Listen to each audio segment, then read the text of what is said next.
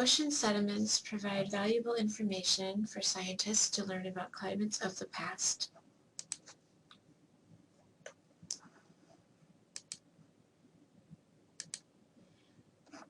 Every year, a new layer of dust, plants, and animal skeletons settle on the ocean floor, burying the material from previous years. In flat areas of the ocean floor, these deposits form a vertical timeline that goes back millions of years.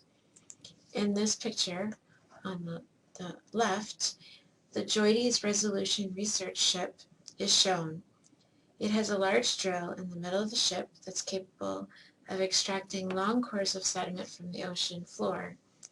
This drill can go down 8,000 meters or 26,000 feet underwater, and it can extract cores that are up to 2,100 meters or almost 7,000 feet long.